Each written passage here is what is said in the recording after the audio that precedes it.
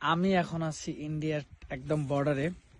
Muffin ভাই আসছে, muffin ভাই ইন্ডিয়াতে নিয়ে আসছি। আমরা এখন ইন্ডিয়ার জমিতে আছি। ওই যে তার কাটা দেখা যায়, তার কাটাটা দেখাও তো, ওই যে তার কাটার বেড়া। ওই জায়গায় এসে একটা জিনিস দেখলাম যে চা পাতার ফুল ফুটছে। আমি জীবনেও চা পাতা গাছের ফুল দেখি নাই। এই দেখেন কি সুন্দর ফুল, এই কাছে এনে দেখাও। এই যে ফুল ফুটছে কি সুন্দর, জাস্ট দেখেন।